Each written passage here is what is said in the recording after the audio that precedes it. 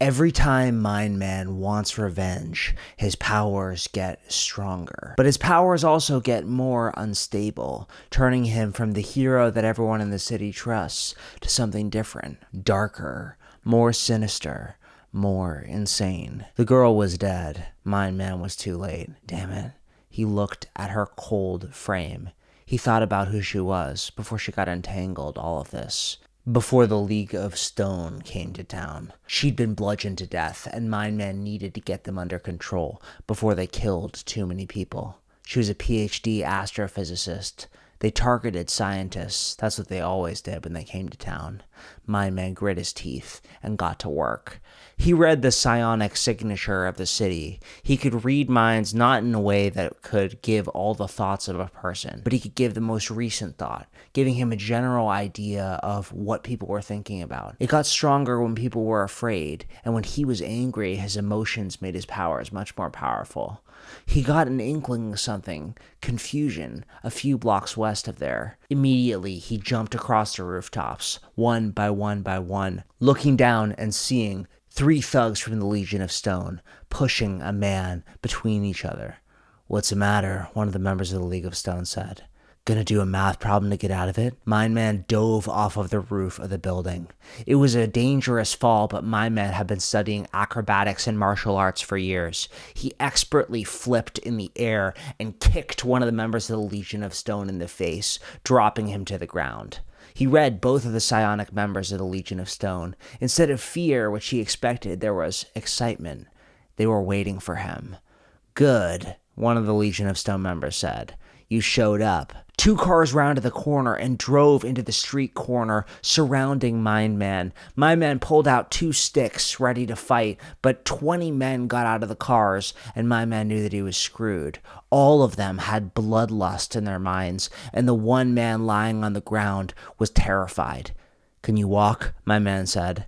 The man looked down at his leg, which was broken. Damn it. Mind Man whipped into action. When he was fighting, it would be easy to be overwhelmed, but his mind-reading powers kicked into full effect. He could tell which members of the group were weaker, which members weren't as competent at hand-to-hand combat. He managed to break arms and break legs without hurting anybody, and by the time the group realized they were outnumbered, even though they were fighting one guy, it was too late. He grabbed the leader by the neck and held them high above everybody else. "Is this your leader?" he said to the rest of them. They scattered. "It's too late," the Legion of Stone member said. "When you came and showed up, she was already dead." "What?" Mind Man detected another feeling in the guy's mind. Something deeper. Something worse. Sick, sadistic, psychopathic pleasure. "Your girlfriend, Nathan," the member of the Legion of Stone said. Mind Man dropped him onto the ground. He sprinted across the clearing and raced across town as fast as he could. Jenna, he tried to call her, but he knew that it was too late. When he arrived in his apartment, he found the place trashed, and he saw Jenna's body lying between them.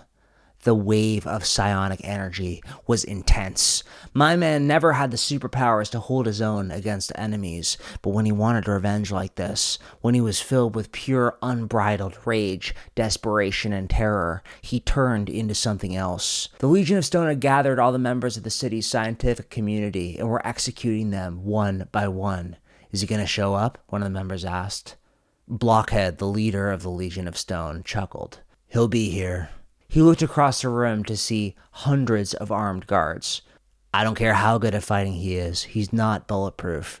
And one of the gunmen's heads exploded in blood. What? Another gunman's head exploded in blood. Blockhead turned around, confused. The scientist started screaming when member after member after member of the Legion of Blood exploded. The doors were humming with psionic energy. Blockhead went for his pistol and they burst open. It wasn't a superhero that walked into the room, but a floating psionic mass with glowing red eyes. "You killed her," Mind Man said. Blockhead tried to run away. He tried to scream. But there was nothing he could do. His mind didn't function anymore. The professor's restraints were released with telekinesis, and they ran out of the door, terrified. He turned to look at Mind Man, still floating, hovering above Blockhead with menace. "Don't kill him," he said, without thinking. Mind Man turned and looked at him. Every thought the professor had had flooded through Mind Man's mind. He could cut the man's brainstem easily as breathing, but he stopped. This man didn't hurt anyone. He struggled to contain the rage inside and turned it towards Blockhead, whose head exploded in blood. Jenna's funeral was well attended. Mind Man watched from the shadows. The police were looking for him now, wanted for the murder of dozens of people. He struggled to deal with the psionic ramifications of his strong desire. Even though his revenge had turned him into a telekinetic monster, he was still dealing with the side effects. Part of him wanted to keep killing, to follow his rage all the way to its conclusion. Why was all the senseless violence happening? How could he stop it all? The only way that he could think about it was through killing. He struggled to contain it, but now that Jenna was gone, he didn't know. On patrol, Mind Man could barely stand up. The ramifications of all the thoughts was driving him insane. He had been in the costume for 3 days straight, and there were no members of the Legion left. "I'm here to bring you down if you have to." A man in a dark cape stood on the rooftop, looking at Mind Man in the eyes. It was Dark Justice, the one who taught Mind Man how to be a superhero. "You don't understand," Mind Man said, as he felt the dark pulse thrumming. The want for revenge was stronger.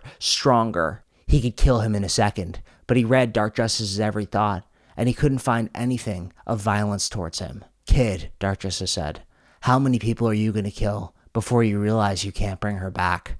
And Mind Man slipped into total insanity, sobbing in Dark Justice's arms, because he knew what the old hero had told him was true.